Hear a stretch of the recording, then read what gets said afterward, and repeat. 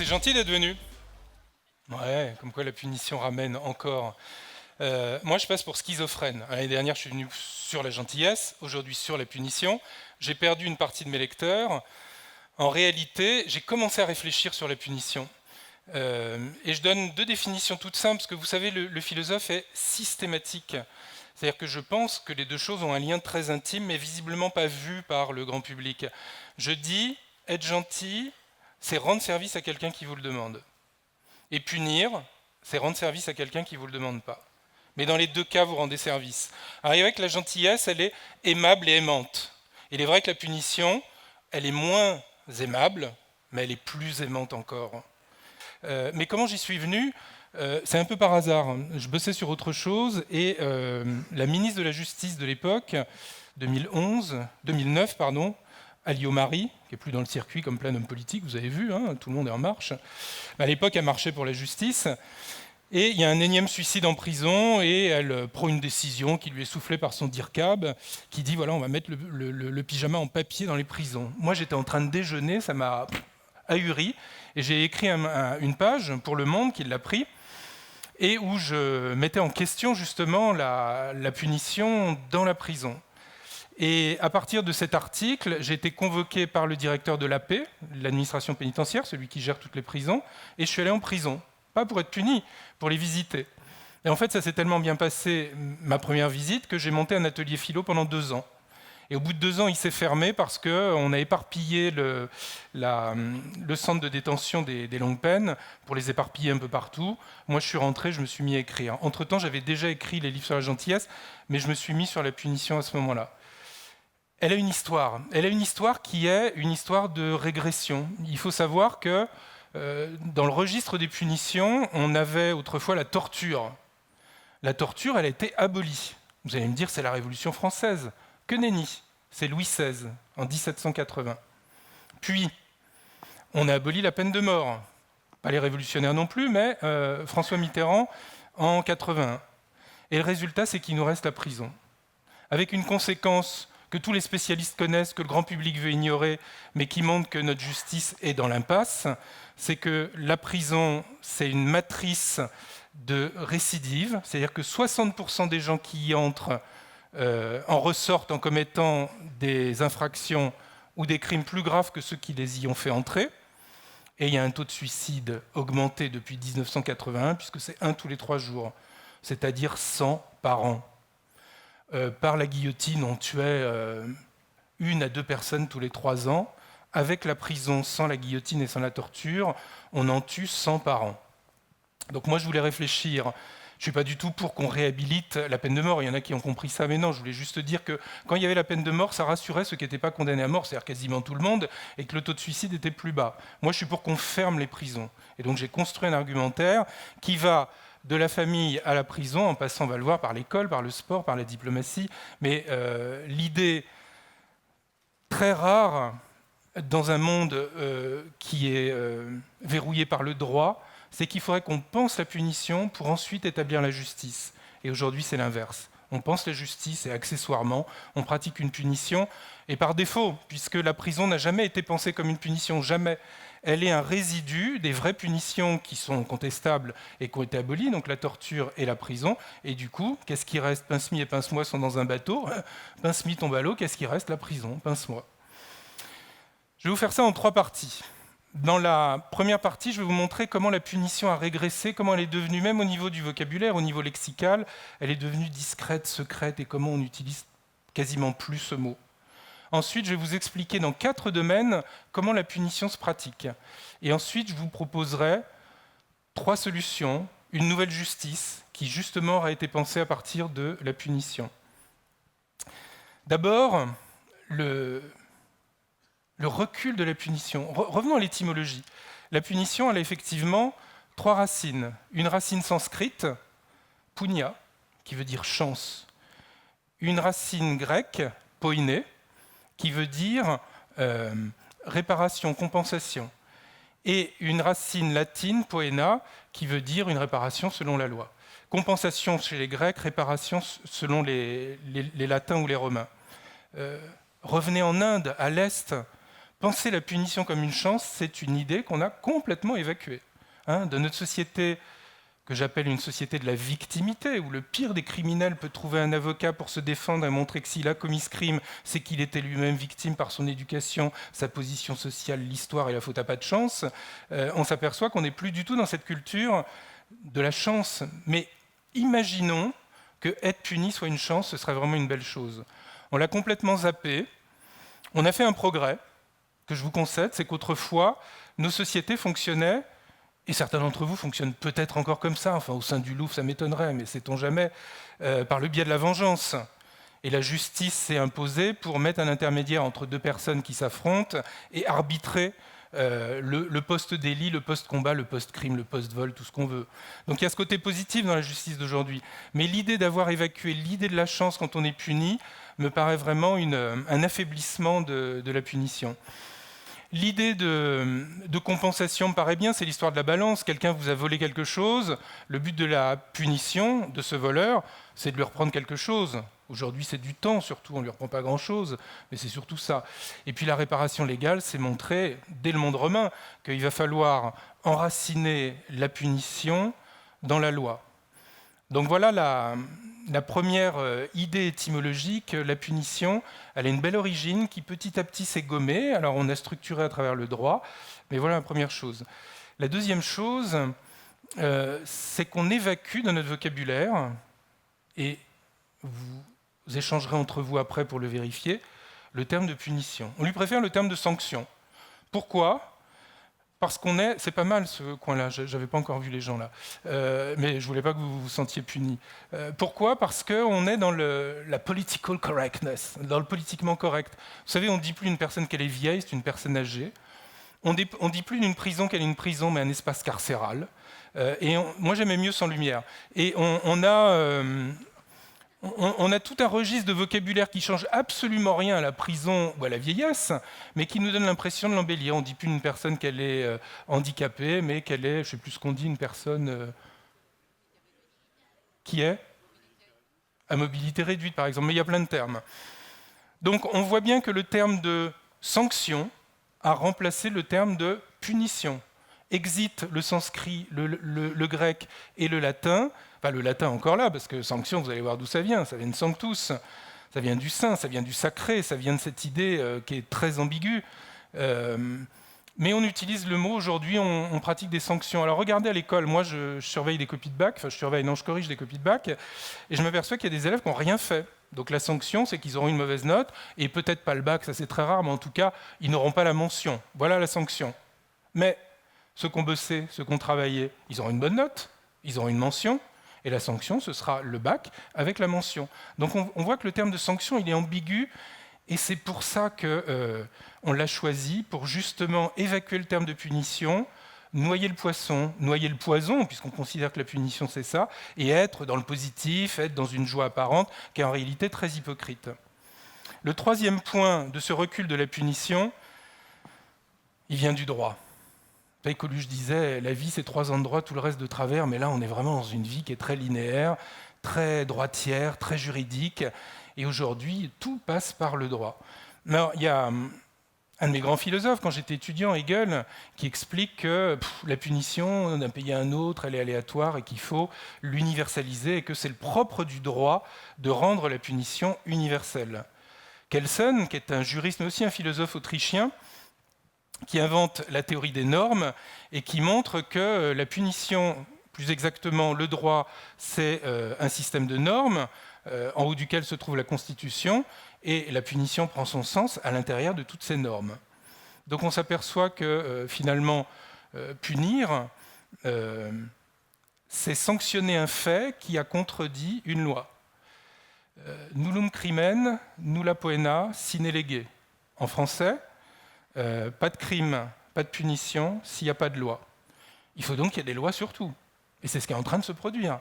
Sur la race de chien qui peut sortir dans la rue, sur le casque qu'on doit mettre, les gants qui roulent en scooter qu'on doit mettre pour conduire avec 36 degrés dans Paris. On est dans ce monde-là. Un monde qui est pétri par le droit, pourri par le droit. Vous comprendrez pourquoi je dis pourri. Mais il y a une raison, qui est une négation de la punition. Cette idée donc d'une omnipotence du droit fait que la punition a quitté le territoire moral. Un jour, je n'allais pas faire du tourisme pour écrire ce livre, L'apologie de la punition, chez Plon, 2015, 18 €. Je vais dans une ethnie que j'aime beaucoup, les Kuna, qui sont une civilisation indienne où il reste 70 000 personnes sur des toutes petites îles qui culminent à 30 cm au nord et au nord-est du Panama, et qui, avec le réchauffement climatique, vont devoir revenir à l'intérieur des terres. Ça ne va pas être facile. Donc j'arrive, avion, bateau, etc. Et quand j'arrive sur la petite île, Pablo, avec son nom espagnol, mais qui n'est pas son vrai nom, me dit « Ah, Emmanuel, tu es français, tu viens du pays des droits de l'homme ?» Et il a un sourire comme ça, une banane. Je me dis « Tiens, enfin un francophile !» Il me dit « La France, c'est le pays où, quand tu as commis un crime et que tu as un bon avocat et de l'argent, tu ne vas pas en prison. » Et là, je comprends qu'il comprend qu'on ne sait pas punir. Herbert Spencer, qui était un grand philosophe anglais, ami d'Henri Bergson, avait une définition du jury de tribunal que j'aimais bien pour les grandes peines, pour les crimes.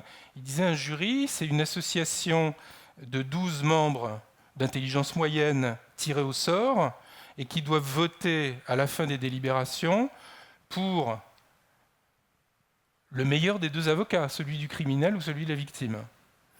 Alors on voit bien qu'il y a cette idée quand même que la justice, elle est très aléatoire, très rationnelle, très formelle, très posée, très fausse, très injuste, très inégalitaire. L'idée que le pénal ait complètement bouffé la punition, qui était du registre moral à l'origine, est le monde dans lequel on vit dans nos démocraties occidentales. Et je pense que c'est une grande perte de liberté, c'est une grande perte de responsabilité, et c'est une grande montée de cette culture dans laquelle on vit, qui nous vient des États-Unis, de la Scandinavie, mais dans laquelle on est en train de s'installer en France. Je le vois en tant que prof, je le vois en tant que père, je le vois en tant qu'être humain. On vit dans une culture de la victimité. Au Moyen-Âge, on condamnait à mort des gens qui mouraient en général de la torture avant, mais s'ils arrivaient à résister à la torture, c'était des gens qui étaient innocents, mais qu'on prenait comme responsables d'un crime qu'allait libérer la population. Et la personne, elle accédait évidemment à la punition, mais elle acceptait presque la victimité parce qu'elle était responsable et qu'elle allait sauver à travers sa torture et sa mort le reste de la population. Aujourd'hui, c'est le contraire, je vous l'ai dit tout à l'heure. Le pire des criminels peut se présenter à travers le discours de son avocat comme une victime, et il sera défendu, plus ou moins bien, par le système dans lequel on vit. Donc on va commencer par la famille. La famille, c'est chouette, la plupart d'entre vous, je le vois, il n'y a pas de gens très très jeunes, donc vous avez presque tous des enfants. C'est formidable, les enfants. Moi, j'en ai 2. Je les prête à qui veut. Ouais. Heureusement, elles ne m'entendent pas, je ne leur passerai pas le film. Les enfants sont les nouveaux rois. Pourtant, je suis tout à fait d'accord contre la maltraitance. C'est-à-dire que si vous vous rendez compte que Montaigne a eu 6 ou 7 enfants, il n'en a connu aucun, ils sont tous morts, il les a abandonnés. Jean-Jacques Rousseau a abandonné aussi les 6 siens aux enfants malades. On était à une époque, jusqu'au XVIIIe siècle, où le taux de natalité était très élevé, le taux de mortalité était très élevé aussi. Donc on faisait beaucoup d'enfants, mais il y avait aussi beaucoup de mortalité. Et aujourd'hui, on vit dans un monde très différent. Il y a très peu de natalité, il y a très peu de mortalité. Ça change complètement notre rapport à l'enfant. Il faut se dire que chaque époque a un rapport à l'enfant qui est très original. Je ne dis pas qu'il faut respecter la manière dont on maltraitait les enfants jusqu'au XXe siècle. Bazin, qui a écrit Un œuf de vipère, vous vous rappelez de ce roman ? Il était prix Goncourt. Il parlait de sa mère folcoche, c'est-à-dire la folcochonne, comme ça qu'il l'appelait. Elle le battait, elle battait son frère, etc., sa sœur. Vraiment, tout le monde la détestait. Il était malheureux, il était maltraité. Je suis complètement d'accord avec lui. En même temps, Hervé Bazin, il a été écrivain, il a été prix Goncourt. Je ne suis pas en train de dire qu'il faut réinstaurer la maltraitance du tout. Mais je voudrais qu'on fasse une distinction entre la punition et la maltraitance. Et le système dans lequel on est aujourd'hui, qui est un système juridicisé, c'est-à-dire où le droit prime sur tous les rapports, fait que on considère que le père, la mère, n'a plus le droit de punir. C'est quand même détrôner la mère et le père de son pouvoir. C'est quand même impressionnant, ça. Il y a plein d'exemples que je pourrais donner, mais Breivik en Norvège, ça vous dit quelque chose? Il n'a pas de père. Sa mère lui a jamais collé une claque. Il s'intéresse peu à l'école, et au bout d'un moment, il devient un intégriste anti-gauche, qui devient raciste, etc. Et il va tuer 77 personnes sur l'île du Toya. Je me suis dit que si c'était pris 2-3 claques, peut-être qu'il n'en serait pas là. Je n'ai pas de preuves pour ça, mais c'est pour vous dire que ces enfants à qui on n'a jamais touché sont dans cet état-là. La Suède, un des pays fondateurs de l'interdiction de la gifle et de la fessée. Les Norvégiens ont commencé, je crois, au début du XXe siècle. Pas dire de bêtises, mais 1907. Mais les Suédois, donc, pratiquent l'interdiction de la gifle et de la fessée. On est de très bons parents quand on est suédois. Et parce que je l'entends à la radio quand j'ai déjà publié le livre, en 2014, je crois, un enfant reçoit sa dictée, ou plus exactement ce qu'il n'a pas fait, il a 0. Et il se met à pleurer. Et l'institutrice lui dit, parce qu'il a 10 ans, « Pourquoi tu pleures ?» Il dit, « Parce que je vais avoir une fessée. » Elle ne revient pas. Elle va voir le directeur, qui appelle la police. La police va chez les parents, emmène le père en prison, met le PSEM à la mère, le bracelet électronique, et la famille est dissoute pour ça. Il y a des Suédois qui commencent à changer d'avis sur ce terrorisme, ce légalisme excessif qui fait que dans la famille, on ne peut plus toucher son enfant. C'est quand même impressionnant. Moi, si je me balade avec ma fille qui a 16 ans et les cheveux longs en la prenant par la taille, je vois bien que le regard des gens, c'est de se dire « le vieux, là, il est pédophile ». Je ne peux pas toucher mon propre enfant parce qu'on est dans ce milieu très aseptisé. Et si je lui mets une claque, ça va être la même chose, c'est de la maltraitance. Alors que non, ma fille me dit quelques mois après ou quelques années après que j'avais raison et que finalement, je l'ai bien écarté d'un penchant ou d'une ligne sur laquelle elle allait aller. Ce discours sur la famille est étonnant et les Français, on est les seuls à résister. Il faut dire, on est les Gaulois à la base, donc on a résisté à plein de trucs, aux Romains, aux droits, et on continue de résister aux droits.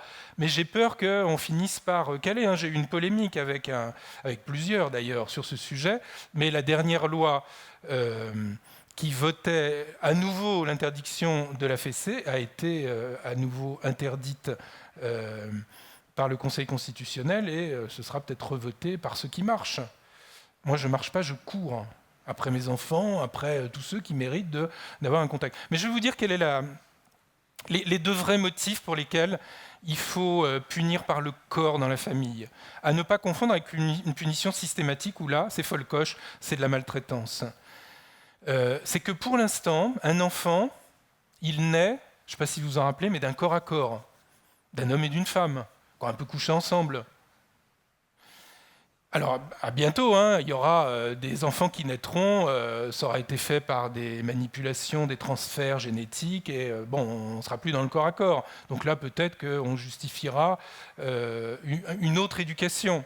Mais à l'origine, le père et la mère se sont frottés les uns avec les autres, ou plutôt l'une avec l'un et l'un avec l'autre, pour donner lieu à l'enfant. Et c'est normal que l'enfant puisse être caressé, et c'est normal que l'enfant, dans des cas pointus, extrêmes, puisse être giflé ou fessé, malgré tout ce que disent les neurologues sur lesquels je m'assois. Je vais vous donner un exemple. J'étais un jour dans la rue, et je vois une petite fille qui avait 5 ans qui traverse une 4 voies, en pleine circulation, il n'y a pas de passage clouté, pas de feu. Et la femme que je croise qui me dit « Vous pouvez tenir le landau ?» parce qu'elle avait un landau, il y avait un bébé de quelques mois. Je dis « Bien sûr ». Donc elle aussi slalom à travers les voitures, récupère sa fille, et quand elle la récupère, qu'est-ce qu'elle fait? Elle la serre dans ses bras, elle l'embrasse? Non, elle lui colle 2 baffes et une fessée. Et la réaction de la fille, c'est quoi? C'est sourire. C'est dire « Tu vois, maman, tu m'aimes quand même. Il n'y a pas que mon petit frère dans la vie, il y a moi aussi. » Donc on voit bien que le corps à corps, c'est quelque chose d'important chez les parents.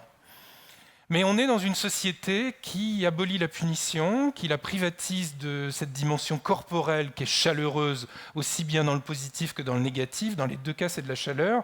Et dans ce monde aseptisé, la vraie raison, c'est qu'au fond, je vous le dis doucement parce que je ne veux pas que vous le répétiez, on déteste les enfants. Vous ne savez pas pourquoi ? On n'en fait plus. Le paradoxe, il est là.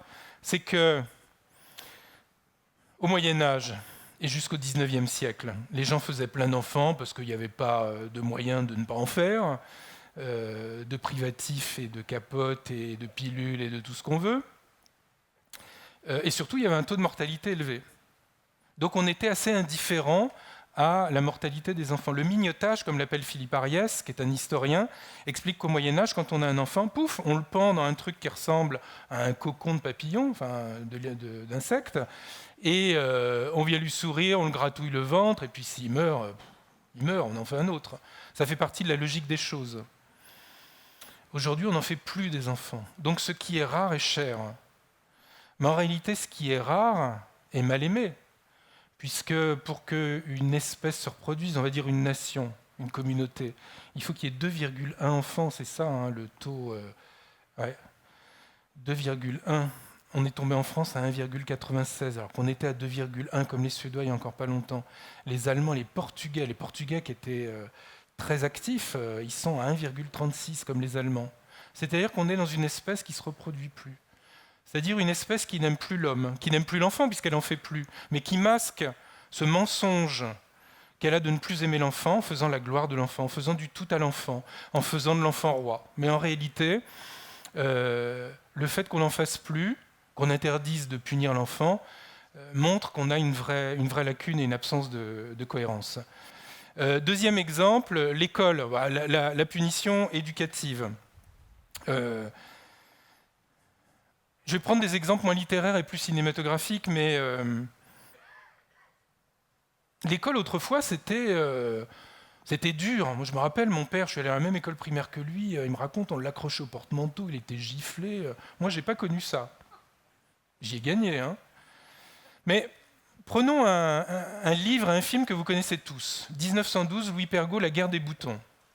1936, Darrois. C'est la première transcription cinématographique, La guerre des gosses. Et alors c'est très fidèle au livre. C'est-à-dire qu'on voit bien que le prof, c'est une autorité, c'est une sacrée autorité. Et le père est garant du prof. C'est-à-dire que quand le braque se prend 4 claques par l'instit, il rentre à la maison, il le dit à son père, et son père lui en refout 4. Hein, sous-entendu, il y a une vraie légitimité du prof. Le prof, c'est quelqu'un qui élève l'élève. Et ça passait par des choses qui nous paraissent aujourd'hui dépassées, mais il y avait une volonté de faire monter l'élève et de ne pas en faire un feignant. Bon. Deuxième édition, 1964. 1964, La guerre des boutons. J'ai oublié son nom, mais ça va me revenir. Yves Robert. Et là, on s'aperçoit que les jeunes sont sympathiques. Ils sont toujours soumis à l'autorité du prof, mais moins à l'harmonie du prof et de l'instituteur. Mais on sent que l'école, c'est l'école, mais que le jeune, c'est un jeune, il monte, et la nature et les combats entre les groupes, c'est bien aussi. Troisième adaptation en 1994 d'un Roberts, qui est un Irlandais, je ne sais plus comment il l'appelle, la guerre, c'est plus la guerre des boutons, mais c'est un titre similaire. Et là, on est en 94, on s'aperçoit que déjà, le chef de la classe, c'est la classe, c'est plus le prof. Et que le prof, il a du mal à imposer l'ordre au sein même de la communauté scolaire. On sent que c'est dans l'air du temps déjà, 1994.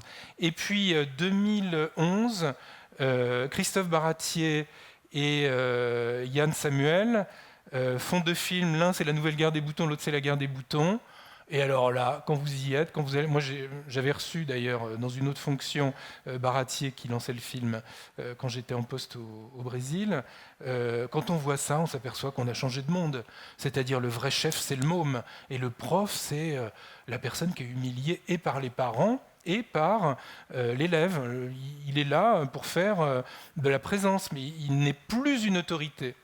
1912, 2011, un siècle, et on s'aperçoit comment en un siècle, l'école s'est effritée, comment le prof a perdu son autorité.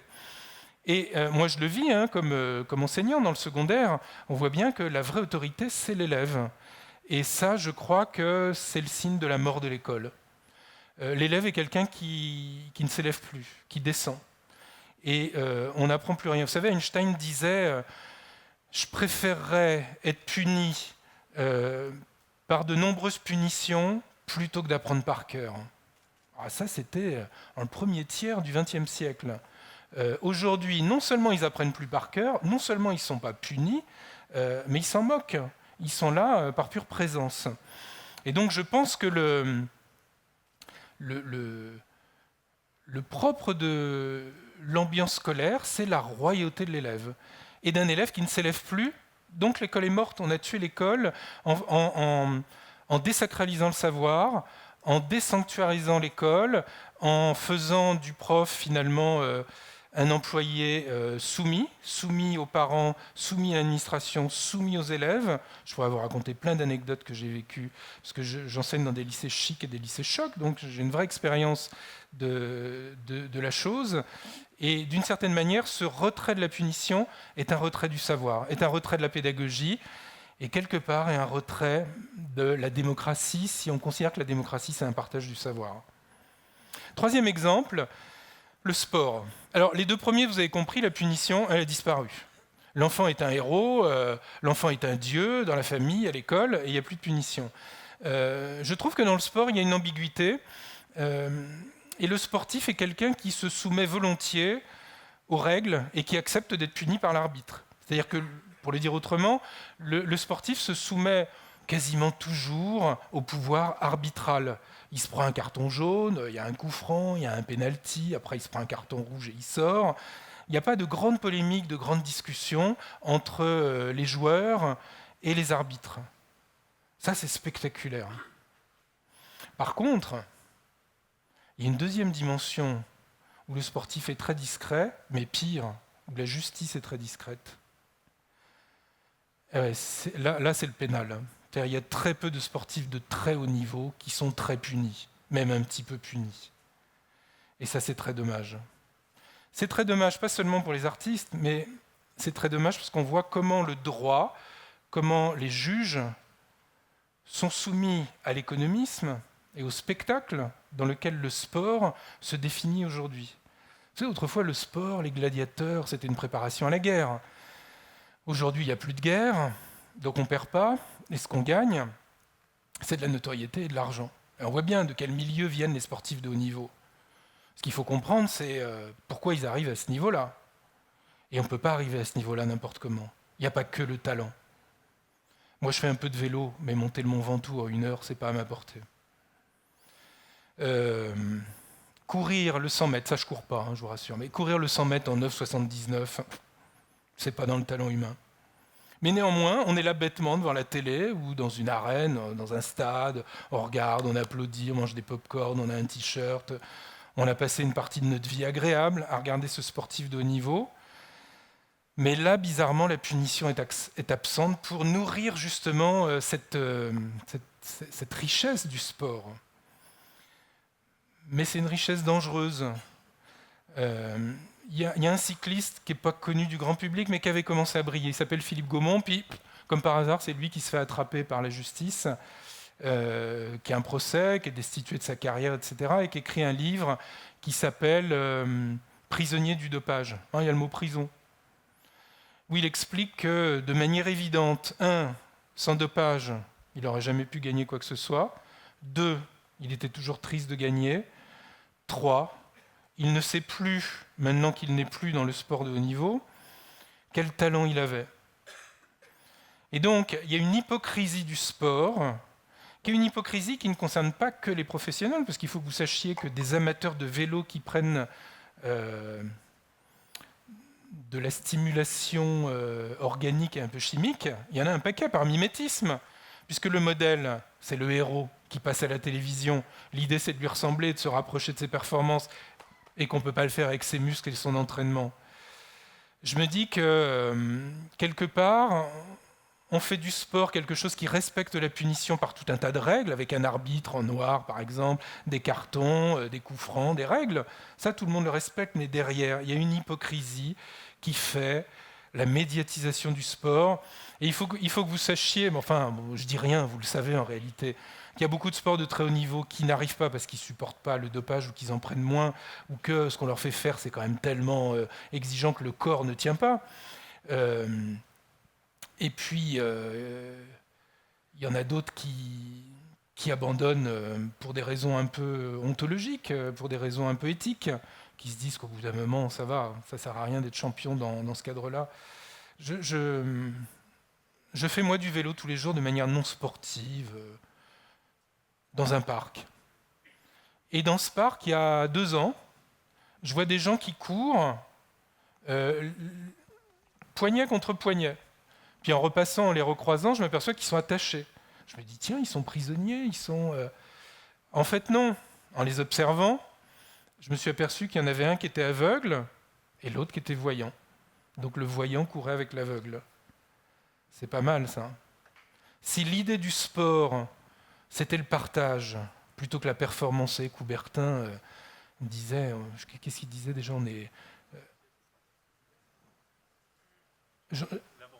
Voilà, l'important c'est de participer. C'était très utopique parce que l'important c'est de gagner en réalité. Mais si l'important c'était pas de participer mais de partager, c'est-à-dire que le sport c'est aussi une occasion pour qu'on soit ensemble, pour qu'on fasse un effort chacun à des degrés différents, mais que ce soit plus le modèle des gladiateurs sans la mort, mais avec l'image, le spectacle, et puis surtout derrière la drogue, le dopage, la chimie, qui est mauvaise pour le corps, qui est mauvaise pour la société et qui est, puisque vous l'avez vu, dans un match il y a 2 clubs qui s'affrontent. C'est une guerre symbolique. Alors on peut estimer que cette guerre-là permet qu'il n'y ait pas de vraie guerre entre 2 villes, entre 2 pays. Je ne suis pas contre ça. Mais on pourrait se dire que ce serait encore mieux si le sport grimpait encore d'un niveau pour qu'à chaque fois qu'on fasse une activité physique, ce soit l'occasion de partager.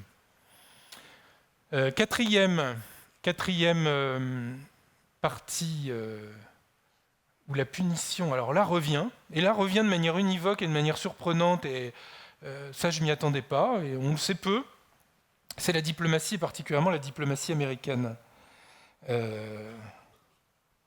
En général, la diplomatie, c'est qu'on a des accords entre les différents pays, il y a des consensus, et puis on les respecte. Puis si on les viole, ça peut donner lieu à un conflit, à une guerre. Bon.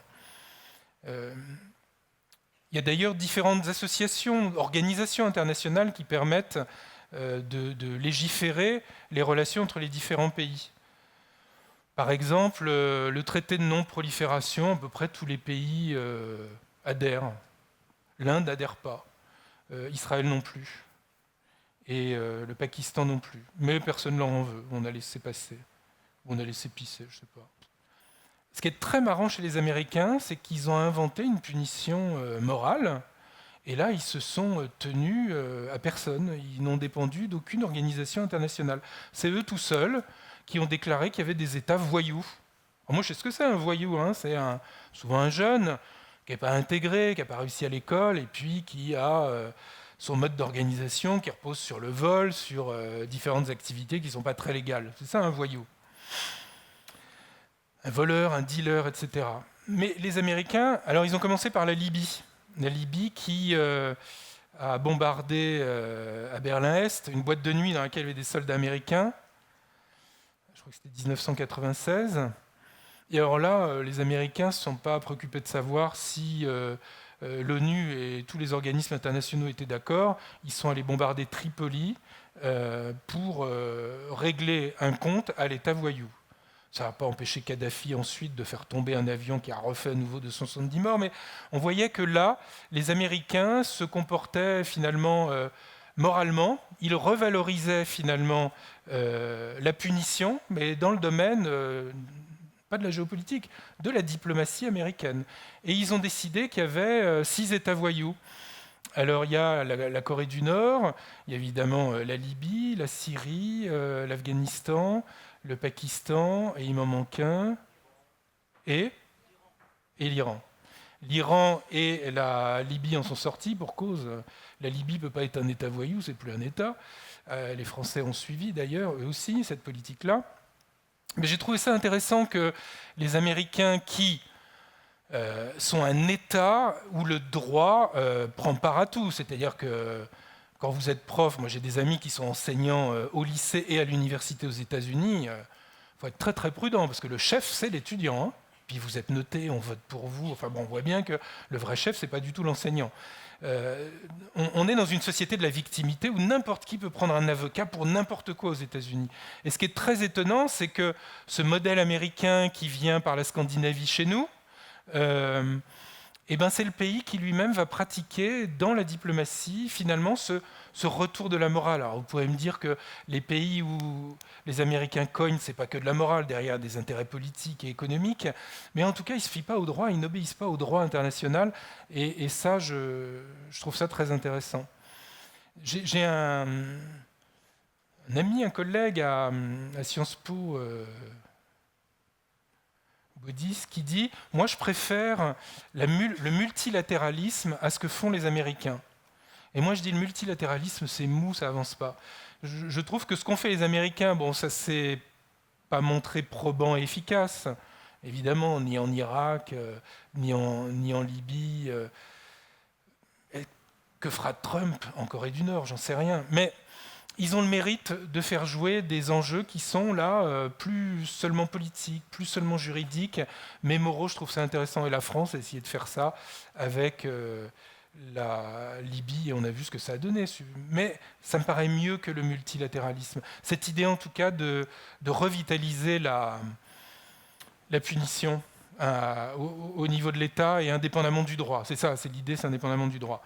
Donc voilà, mais dans ma deuxième partie, les 4 éléments où la famille et l'école, la punition disparaît. Le sport, c'est le cul entre deux chaises, c'est-à-dire qu'on respecte bien l'arbitre, l'arbitral, le pouvoir arbitral, alors là c'est nickel. Par contre, le pouvoir juridique, on s'assoit un peu dessus, et puis les juges ont toujours un ou 2 temps de retard sur les produits qu'on utilise et qu'on divulgue. Et puis les Américains et un peu les Français, avec cette idée d'une diplomatie punitive qui revalorise la punition au-delà du droit. Ce que je voulais vous dire en dernière partie, c'est qu'il faut revaloriser la punition, la justice. Et je vous l'ai dit tout à l'heure, on pense la justice d'abord, la punition après, et en réalité, on ne pense pas la punition. Ce que je voudrais montrer, c'est qu'on peut penser la punition d'abord, et on verra qu'on a une justice meilleure après, à la vôtre. Non, je dis à la vôtre pour faire une pause. Ne partez pas. 3 piliers à ma justice postmoderne que j'ai essayé de présenter dans d'autres pays que la France, qui est totalement muette. Il faut dire que le pouvoir des juges en France, puis de l'idéologie victimaire est très forte. Mais un pilier qu'est le nôtre, qui est le pilier de l'amende pour l'infraction, l'argent. Je trouve ça super, l'argent. Enfin, super. J'en ai pas énormément, mais je trouve super que certaines fautes qui sont de l'ordre de l'infraction puissent être célébrées par une punition toute simple qui est celle de l'argent. L'argent, c'est un universel.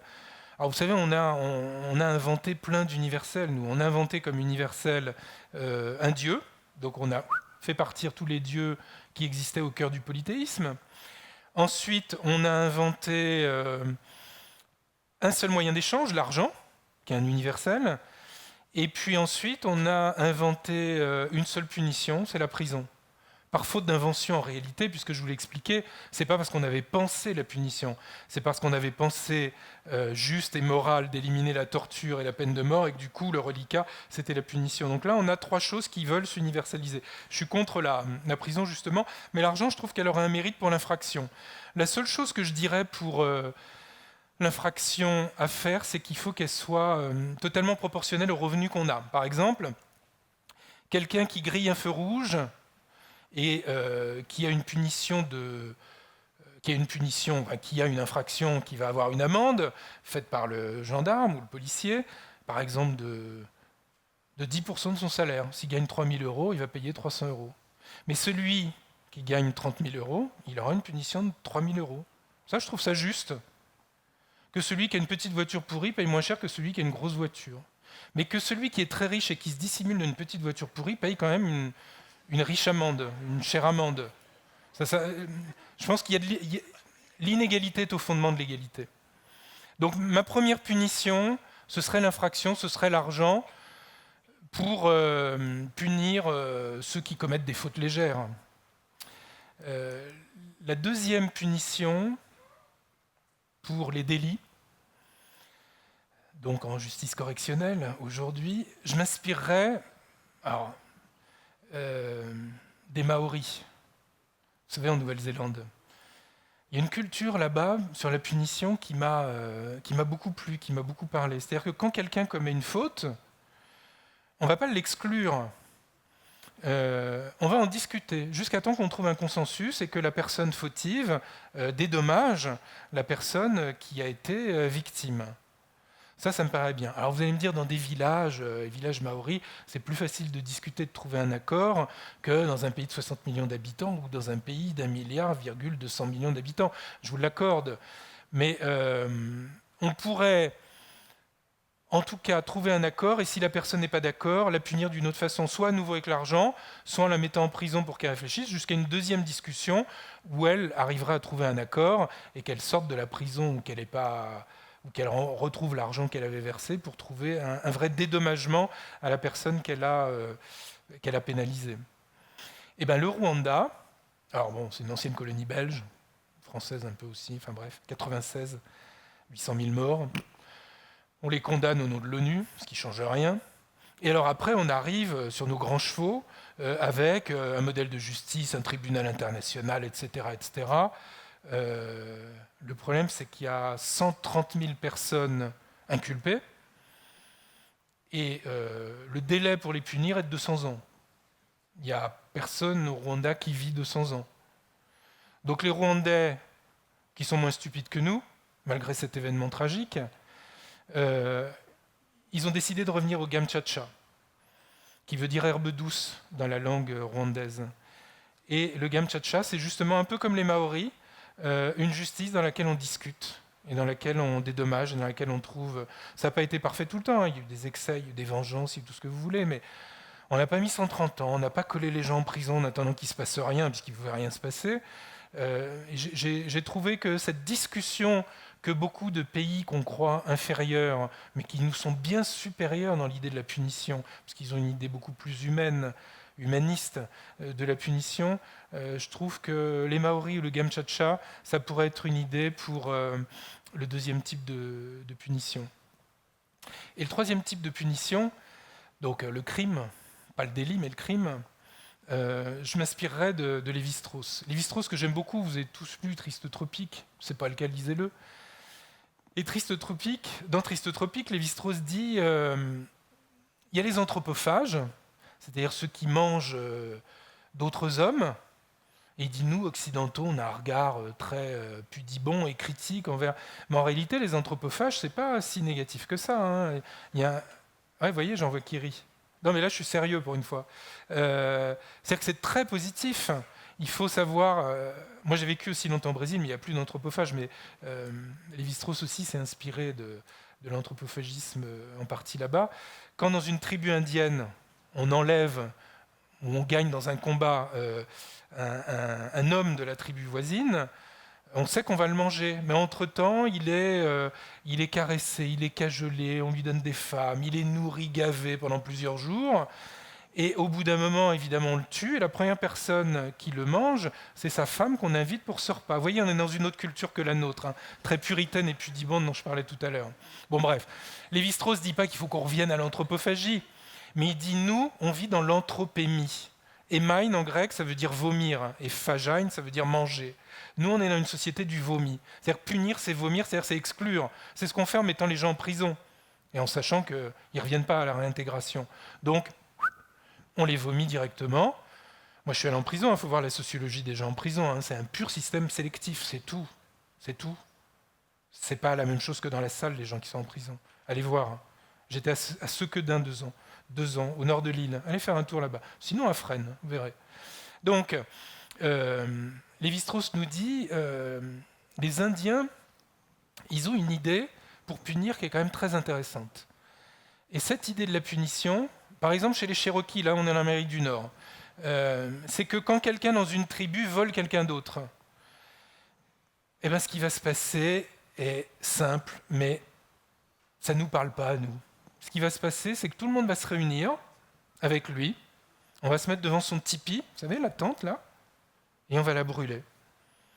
C'est l'annihilation de la propriété privée. C'est énorme, hein, nous aujourd'hui on a plein de trucs, des écrans, des chiens, des voitures, des mobylettes, des vélos, des meubles, tout ça, c'est pas le cas des Indiens, mais même s'ils ont peu de choses, c'est tout. Et on va tout brûler. Et on fait ça dans le feu. Et après, qu'est-ce qu'on fait ? Enfin, qu'est-ce qu'ils font ? Parce que nous, on ne fait pas ça. Tout le monde reconstruit un tipi pour lui. Il a été puni, il a été humilié, c'est-à-dire qu'il a été rendu plus humble. Il s'était tellement poussé du col en volant quelque chose à quelqu'un qu'à un moment donné, il faut le rabaisser. Ce qu'on ne veut pas faire dans notre justice. On prend un avocat, on lui donne un avocat d'office. Enfin, on est vraiment, il est soupçonné, enfin, ce lapsus, il est admis non coupable, hein, il est juste suspect. Chez les Indiens, c'est plus incluant. C'est-à-dire que la personne a commis une faute, et cette faute-là, il faut qu'il la paye. Il faut qu'il la paye sous le regard de tout le monde. Et après, on le réintègre. Et après, on le reconstruit. Et après, il a compris qu'il avait fait une bêtise, même si c'est un crime. Et après, moi, je pense que pour le crime, on devrait faire ça. Je dis ça parce que j'ai enseigné pendant 2 ans mon atelier philo avec des gens qui avaient au moins 3 crimes sur la conscience. Aucun n'en était fier. Presque tous m'ont expliqué dans quel contexte ils l'ont fait. Et honnêtement, notre société leur doit aussi bien ça, une part de responsabilité qu'elle n'assume pas, mais peu importe.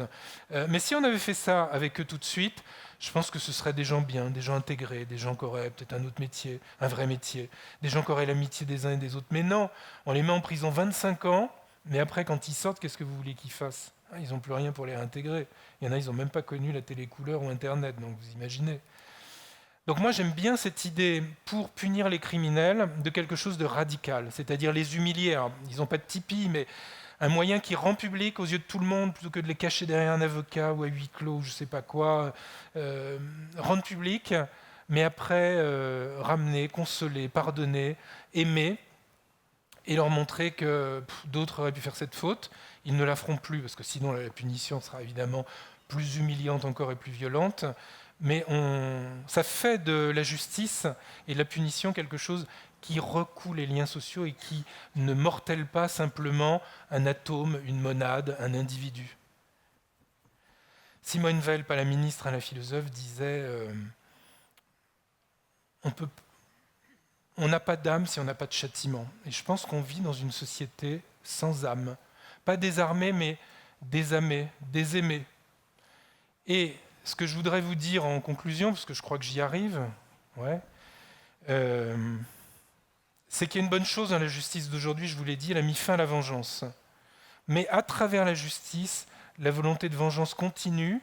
Et moi, ce que je voudrais, c'est que l'horizon de la punition, ce soit le pardon. Ça, c'est difficile, hein, mais qu'on ne soit pas dans une calipolis, comme dirait Platon les Grecs, c'est-à-dire une belle société avec une justice... qu'on soit dans une aphésiopolis, une cité du pardon. Mais une société du pardon ne suppose pas qu'on doive être mou. Le pardon, ça sera le problème de celui qui a été victime, qui aura été associé à cette justice, et qui, parce que cette justice est plus pertinente que la précédente, pourra pardonner à celui qui aura été puni. Je ne dis pas du tout qu'il faut être mou, mais je pense que l'essence de la punition, c'est d'être ferme, mais d'ouvrir nos sociétés au pardon. C'est vraiment un étage supérieur. Ne me punissez pas, ne me sanctionnez pas, mais merci de m'avoir écouté et j'espère qu'avec vos enfants, vous serez fermes.